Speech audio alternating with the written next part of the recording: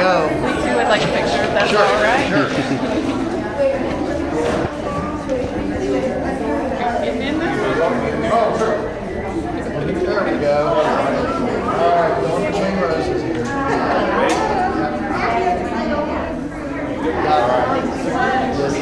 Thank you. You're welcome. Contrary remedies for bird flu. One of the best one is hypochlorous, which is an antimicrobial, antiviral. It's now become the antimicrobial darling of organic certified slaughterhouses now, rather than chlorine. And this stuff, you can drink it, okay? You put it in your coffee and drink it, okay?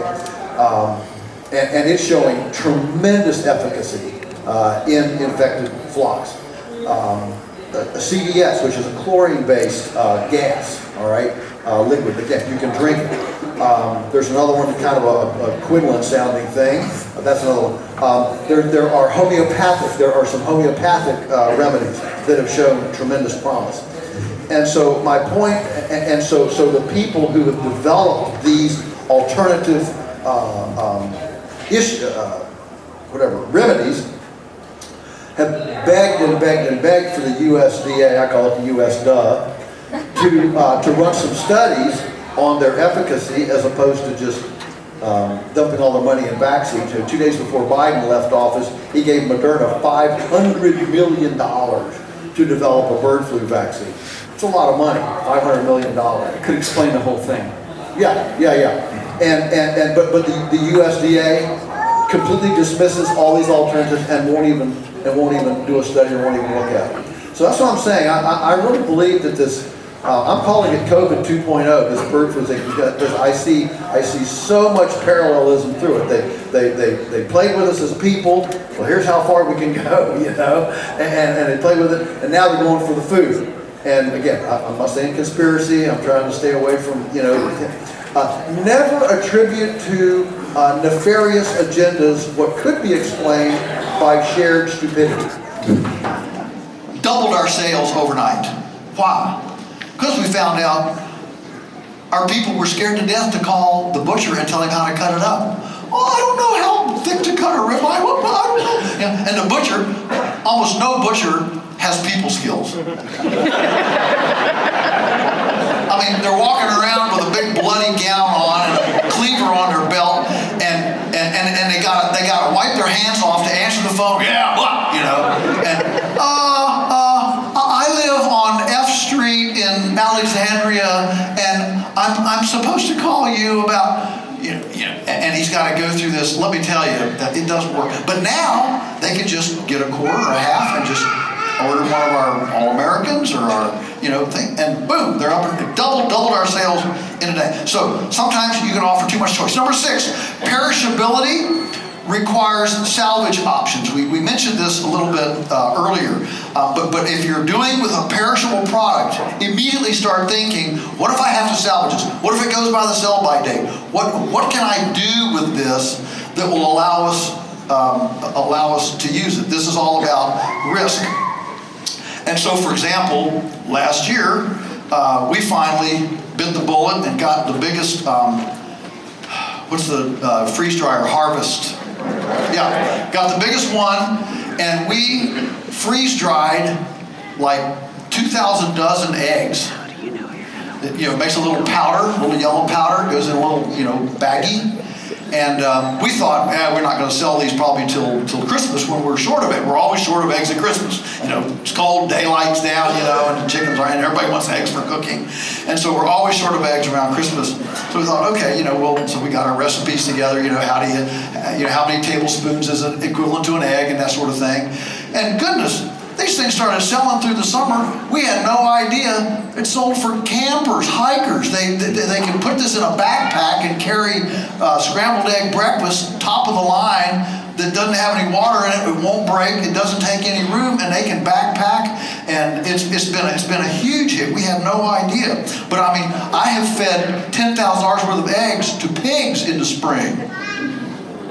That breaks your heart. You got these eggs and you're going to feed them. That's expensive pig feed, all right? So perishability requires salvage options. Number 7, some things are more scalable than others. For example, cows are scalable because it takes the same amount of time to move a herd of 100 as it does a herd of 500. They all need a front fence, back fence, check fence, water trough, mineral box, and shade. It's the same deal. So cows are scalable. Eggs are not scalable. It takes the same amount of time to put away the 200th dozen of eggs as it did the 5th dozen of eggs. If you're doing it by hand. All right, if you're doing it by machinery, then the whole thing is lost. All right, number eight, terrain affects compatibility. Terrain affects compatibility.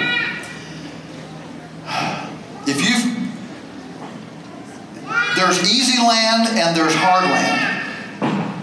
There's easy land and there's hard land.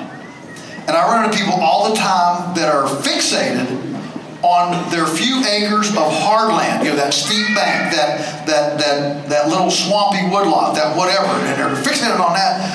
And they've got acreage that's easy land, what I call easy land. It's already open, it's pasture, it's fairly level, it's accessible, and they're completely tied into pretzels, worrying about this hard acre. Let the hard acre go, it's fine. Fill up the good stuff first. Number 9, the more difficult your product, the wider your protective moat.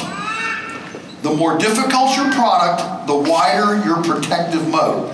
There's going to be copycatters. As soon as you start showing some success, there's going to be people, chomping at the bit to compete with you.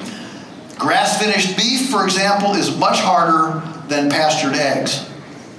Anybody can grow eggs on pasture. They're omnivores. You get the GMO feed, you move them around, you can grow eggs. Grass-finished beef is like fine wine to get something that really is tender and palatable. So those are more difficult. The more difficult it is to do what you want to do, the wider your protective moat to competition. And finally, number 10, scale by duplication. Don't scale by centralization and concentration, what the industry does.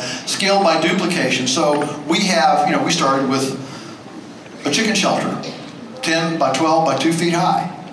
And then we added another one, and we added another one. Now we've got over 200 of them. We can have 15,000 chickens. I mean, we can have chickens the size of a Tyson chicken house, but it's not a Tyson chicken house. It's 200 chicken shelters. We've got 80 of them at home. We've got 40 of them at one rental farm. We've got 40 at another rental farm. And they're decentralized, but we've scaled by duplication, not by centralization. And that changes everything in your malleability, in your adaptability, your cash flow, okay? So you can grow this thing by modules of duplication rather than a great big capital expense straight up front. And so we've built that over years, over time, just adding a little bit every year, cash flowing it through. Dave Ramsey would be proud. Okay, I hope I get to meet him sometime. I think he and I would hit it off pretty well. I have a lot of respect for what he's built. He's a cute, cool guy.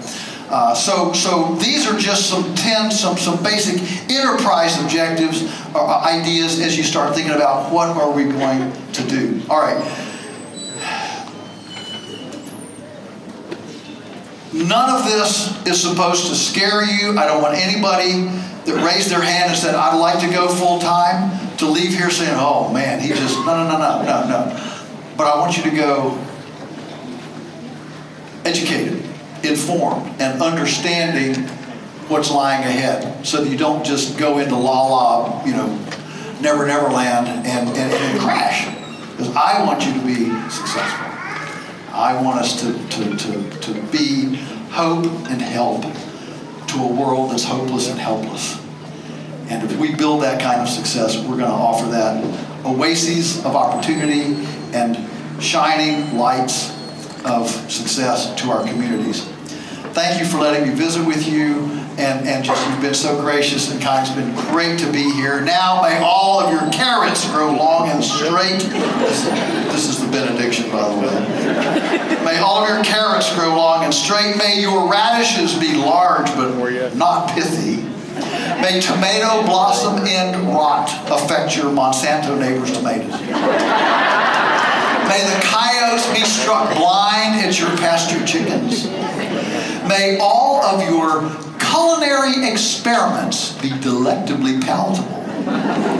May the rain fall gently on your fields, the wind be always at your back. Your children rise and call you blessed. May we all make our nest a better place than we inherited. God bless you. Success on you. Thank you so much. Thank you for being so